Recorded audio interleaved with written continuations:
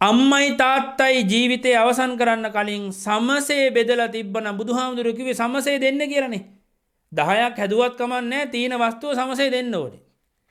එකක් වැඩියෙන් දුන්නොත් පින්වතුනි හොඳට මතක තියාගන්න වැඩියෙන් දුන්න එකකින් ඉල්ල ගනින් කියලා ළමයි කියන දවසක් එනවා හොඳේ.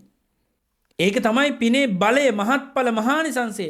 ලැබිච්ච දේ පින්වතුනි භුක්ති විඳගත්තේ නැත්. අපේ සමාජයේ වෙලා තියෙන පින්වතුනි බුදුහාමුදුරුවෝ එපා කිව්ව දේවල් ටික කරනවා. බුදුහාමුදුරුවෝ කරන්න කිව්ව දේවල් ටික බොහොම අඩුවෙන් කරනවා. ඒ නිසා මේ ප්‍රතිඵලත් බොහොම අඩුවෙන් තමයි ලැබෙන්නේ. ඒකයි දෙන්න කලිනුත් දෙන වෙලාවෙත් දීලත් සතුටු වෙන්න කියලා කියන්නේ. එහෙම මිනිස්සු නැද්ද මේ සමාජය වුණ තරම්? තාම ළමයින්ට පවර්ලත් නැති ධනය තමන් ගාව තියෙද්දී ඒක ඒ තාත්තට භුක්ති විඳින්න හිතෙන්නේ නෑ කියලා කියන්නේ එතන තියෙනවා කර්ම විපාකයක් ප්‍රශ්නයක්. මොකද්ද? තමන්ට තියෙන දේ භුක්ති විඳ ගන්න බෑ. ළඟකදී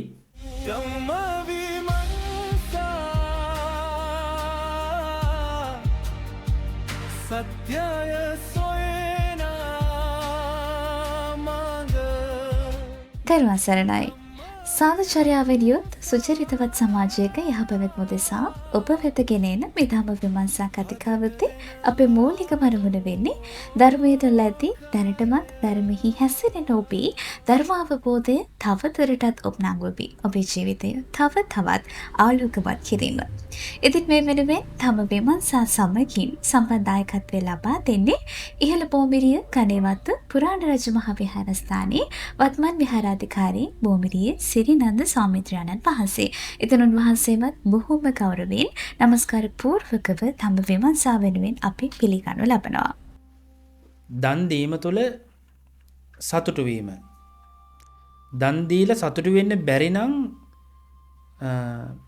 භුක්තියට හේතුවක් නැහැ. ඒ කියන්නේ හේතුව තමයි පින්වතුනි අපි දන් දුන්නට පස්සේ ඒකේ තියෙන කුසලයක්නේ. කුසලයේ උපදින්නෙම කොහෙන්ද? සතුට තුළ. බුදුහාමුදුරෝ දේශනා කරනවා චිත්තම් පුනාතීති පුඤ්ඤං හදයන් පුනාතීති පුඤ්ඤං. තමන්ගේ හදවතේ සිතේ ඇතිවෙන සතුටමයි පින. එතකොට මිනිසෙක්ට දෙන්න කලිනුත් සතුට ඉපදිලා දෙන වෙලාවෙත් සතුටින් දීලා පස්සෙත් සාදු සාදු කියලා අනුමෝදන් වෙනකොට අන්න එතන තමයි පින්වතුනි මහත්ඵලය ලැබෙන්නේ. පින්කම කරන්නෙත් සතුටින්. පින්කමේ යෙදෙන්නෙත් සතුටින්. පින්කමට මුල පිරිවෙත් සතුටින්, පින්කමේ යෙදෙන්නෙත් සතුටින්, පින්කම ඉවර වෙලත් සතුටින්. අන්න එතන තමයි පින මෝදු වෙන්නේ. පින බලවත් වෙන්නේ. කුසලය ඥාන සංප්‍රයුක්ත වෙලා තමන්ට උපයෝගී වෙන්නේ. තමන්ගේ සසරම සුවපත් කළ දෙන්නේ. කුසලය කියන්නෙම පින්වතුනි භවගාමී කුසලය. ඒ භවගාමී කුසලය භවයෙන් භවයේ තමාම සුවපත් කරනවනේ. භවගාමී කුසලය නිවනට බාධාවක් කියන එක ඇත්ත. මොකද කුසල් වඩන්න සිද්ධ වෙන්නේ නිවන ටිකක් දුර වෙන එක. හැබැයි ඒ කරගන්න කුසලය හරියට කරගන්න එපැයි අපි. අපි යෝජනා කරන්නේ කරන කුසලය හරියට කරලා හරියට භුක්ති විඳින්න මහත්ඵලය ඔබ අත්දකින්න ඕන ආකාරය තමයි මේ පැහැදිලි කළ දෙන උත්සාහවන්ත වෙන්නේ. දැන් සමාජයේ මිනිස්සුන්ට බොහෝ අයට බොහෝ දේවල් තියෙනවා. සමහරුන්ට මුකුත් නැහැ. සමහරු මැද තැනක ඉන්නවා. හේතුව නම් ඔය ලැබිච්ච සමහරුන්ට භුක්ති විඳ ගන්නත් බෑනේ. අපිට ඔය විවිධ උදාහරණ ගන්න පුළුවන්. අපි ඒක උදාහරණයක් ගත්තොත් තිවිලා බින්ගුතුනි විඳ ගන්න බැරි මිනිස්සු, භුක්ති විඳින්න බැරි මිනිස්සු හරියට නිකන් අර මට්ට කුණ්ඩලගේ තාත්තා අදින්න පුබ්බකයා වගේ. මට්ට කුණ්ඩලගේ තාත්තා අදින්න පුබ්බක හරීම පෙරේතයිනේ බින්ගුතුනි. මට්ට කුණ්ඩලීට බෙහෙත් ටික කළෙත් නැහැ. මට්ට කුණ්ඩලීත් මැරිලා ගියා. දැන් ඔය ධර්මයේ විමසා ගැනීමේදී හේතුව මොකද්ද? පින්වතුනි මේ පෙර බුද්ධාන්තරයක මේ පුද්ගලයා මේ ගොවිතැන් කරන මිනිස්සෙක් හොඳේ. තමන්ගේ ස්වාමි දිනියත් එක්ක ජීවත් වෙලා ඉන්නවා. ඉන්නකොට මේ කාලේ පසේ බුදුරෙක් පහළ වෙනවා. මේ පසේ බුදුරජාණන් වහන්සේ දානයට මේ මිනිස්සයාගේ ගේ ඉස්සරහට හැමදාම වඩිනවා. පින්වතුනි හැමදාම වඩිනකොට දානෙ නම් දෙන්නේ නැහැ. හැමදාම මග අරිනවා. ඔන්න ඔහොම ගිහිල්ලා එකම එක දවසක් දානෙ දෙන්න කියලා දානෙ හදලා දෙන්නේ කියලා බිරිඳට කියලා මෙයා ගියා ගොවිතැන් කරන්න. බිරිඳට අනේ හරීම සතුටුයි. සතුට වැඩිකමට බිරිඳ දෙන්න පුළුවන් උපරිමයෙන් හදලා දානේ හාමුදුරුවන්ගේ පාත්‍රේ පිරෙන්න පූජා කරනවා. බිරිඳට හරි සතුටුයි මගේ ස්වාමියා මේ පසේ බුදුරජාණන් වහන්සේට දන් දෙන්න කියලා මට යෝජනා කළා මට කිව්වා මට පැවරුවා. ඉතින් හදවතේ ඉහළින්ම පිළියෙල කරලා පූජා කළා පාත්‍රේ පිරෙන්න රසමුසුව. ඉතින් දැන් රහතන් මේ පසේ බුදුරජාණන් වහන්සේට නැවත වැඩම කරන්න අවශ්‍ය නැහැ පිණ්ඩපාතේ. මොකද පාත්‍රේ පිරෙන්න ලැබුණානේ. උන්වහන්සේ නැවත වඩිනවා. මේ මිනිස්සයා කල්පනා කරා මොනවද දීලා තිබ්බේ කියලා බලන්න. දැන් දුවගෙන ගිහිල්ලා පාත්‍රේ අරගෙන බැලුවාම පිරෙන්නම දීලා. බිරිඳත් එක්ක හරි ද්වේෂයි. පසේ බුදුරජාණන් වහන්සේට ගරහලා බැනලා ගෙදර ඇවිල්ලා තමන්ගේ ස්වාමී දිනට හොඳටම බැන්නා. හොඳටම ගැරහුවා. මං දෙන්න කිව්වට එච්චර දෙන්න කියලා කිව්වේ නෑනේ. ඔය නොයෙකුත් ආදී වශයෙන්. ඔන්න පින්වතුනි හේතුව සහ ඵලය අදින්න පුබ්බක වෙලා පින්වතුනි ඇත්ති වෙන්න කහවණු කෝටි ගණනින් වස්තුව තිබ්බ මිනිස්සෙක් නේ. දැන් මට්ට කුණ්ඩලේ කලින්ම මැරුණා වෙන දරුවෝ හිටියෙත් නෑ. ඒ කාලේ පින්වතුනි මැරිලා ගියාට පස්සේ ඉතිරි වෙන ධනෙ රාජ්‍ය භාණ්ඩාගාරයට. ඔන්න ඉතින් රාජ්‍ය භාණ්ඩාගාරයට අයිති වුණා. රජුරුව අදින්න පුබ්බකත් මැරිලා ගියාට පස්සේ රාජසන්තක කළා. රාජසන්තක කරලා සතියක් විතර ගියා. රජුරුව සඳලු තලයට ආවා. සඳලු තලයට ඇවිල්ලා බලනකොට මේ සේවකයෝ බඩු වගේක් අදිනවා ගබඩාව පැත්තට. රජුරුව ඇමතියගෙන් ඇහුවා මේ කාගේ බඩුද අදින්නේ? අපි මේ අද ඊයේ කාගේවත් බඩු රාජසන්තක කළේ නෑනේ. ඇමතියා කියනවා අනේ ස්වාමීනි නැහැ. ඔය අදින්න පුබ්බකයාගේ ධනෙ තාම අදිනවා. දැන් සතියක් විතර ඇද්දා. තව නම් සතියකට වඩා අදින්න තියෙනවා. ඒ තරම් ධන වස්තුවක් තියෙනවා. රජ්ජුරුව පින්වතුනි කියනවලු අනේ මේක ඉන්නකොට ඇන්දෙවත් නෑනේ කෑවෙවත් නෑනේ. පින්වතුනි වැරහැලි වගේනේ අදන් හිටියේ.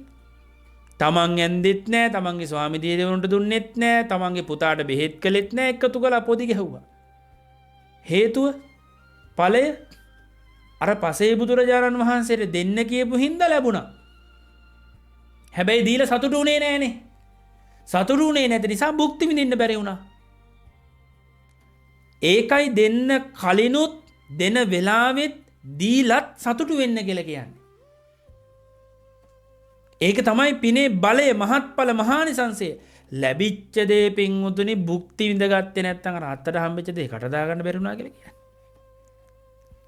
එහෙම මිනිස්සු නැද්ද මේ සමාජය වුණ තරම්? මේ ළඟකදී ස්වාමින් වහන්සේ නමකට තමන්ගේ ව්‍යාපාරික දායක මහත්තයෙක් හම්බ වෙනවා. ස්වාමීන් වහන්සේගේ කනට ගල්ලා කියනවා මේ හාමුදුරනේ මට මෙච්චර ධනයක් තියෙනවා කියලා. දරුවෝ 3 දෙනෙක් විතර ඉන්නවා.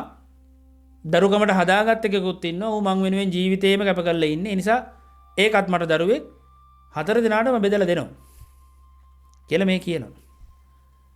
මේ හොඳ ව්‍යාපාරිකයෙක්.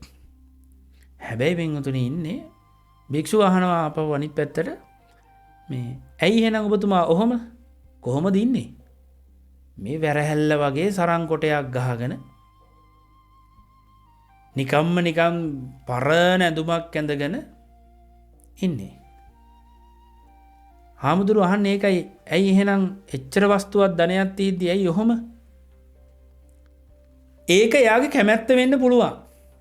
හැබැයි මෙයා කියනවා මේ වැඩබල ඉස්සරහා තියෙන කඩේට ගිහිල්ලා ප්ලේන් ටිකක් බීලා මං ඉන්නවා. මට ඒ හොඳටම ඇති. මට වැඩි දේවල් අවශ්‍ය නැහැ. ඔය ළමයි ඉතින් ඇවිදලා කරලා ඉන්නවා. මට ඇති වැඩක් නැහැ. මට පින්වතුනි ඕවා කර්ම විපාක.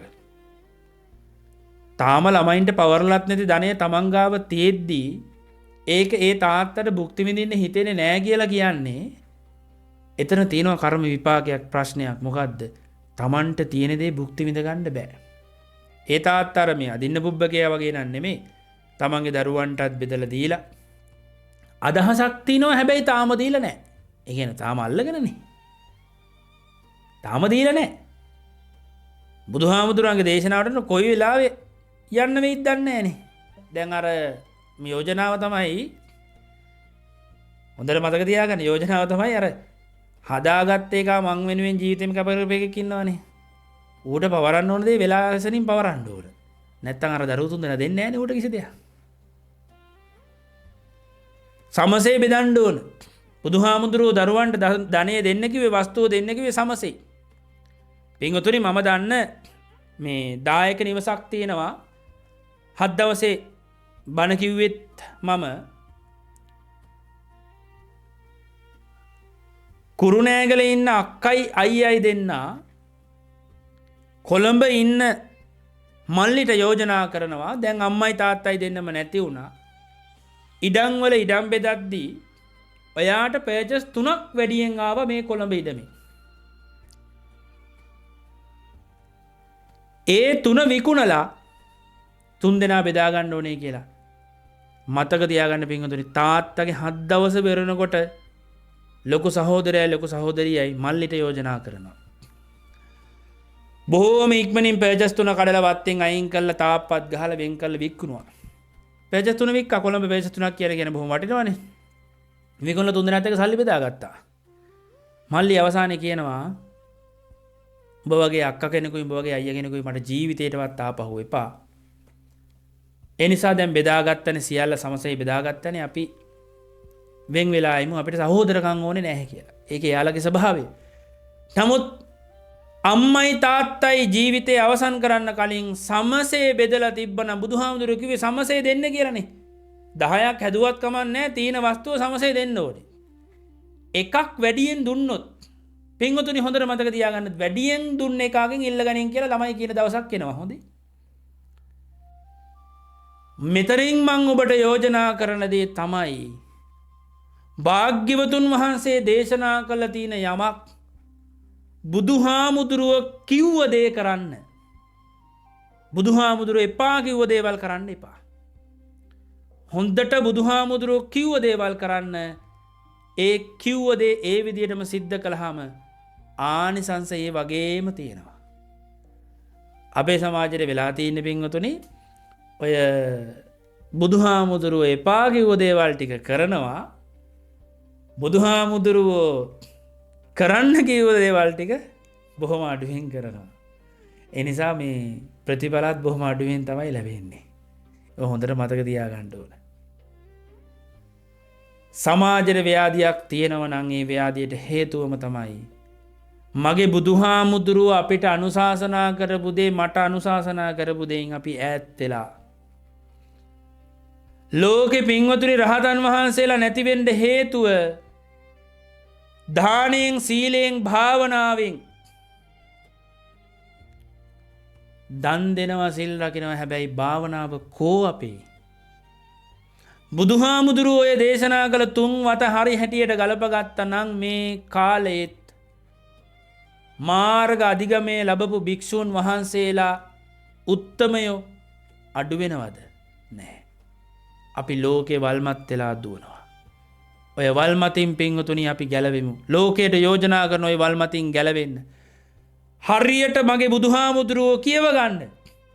ඒ බුදුහාමුදුරුවෝ හරියට කියවගෙන උන්වහන්සේ කිව්ව දේවල් ටික කරන්න. එපා කිව්ව දේවල් වලින් ඈත් වෙන්න. ඒ තුල තමයි පින්වතුනි තමන්ගේ සමෘද්ධිය මෙලොවත් සුවපත් වෙන සමෘද්ධිය පරලොවත් සුවපත් වෙන සමෘද්ධිය තමන්ට උදා වෙන්නේ. එනිසා ප්‍රශ්නයක් ලෝකේ ඇත්නම් ප්‍රශ්නෙට උත්තරේ මගේ බුදුහාමුදුරුවම බව ඔබට ධම්ම විමර්ශා තුළින් අපි බොහොම මෙත් සිතින් යුක්තව යෝජනා කරනවා.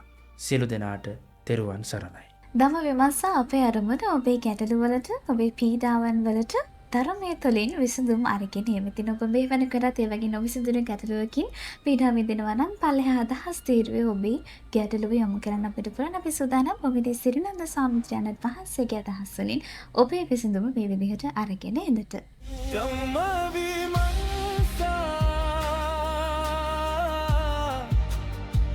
සත්‍යය සොයන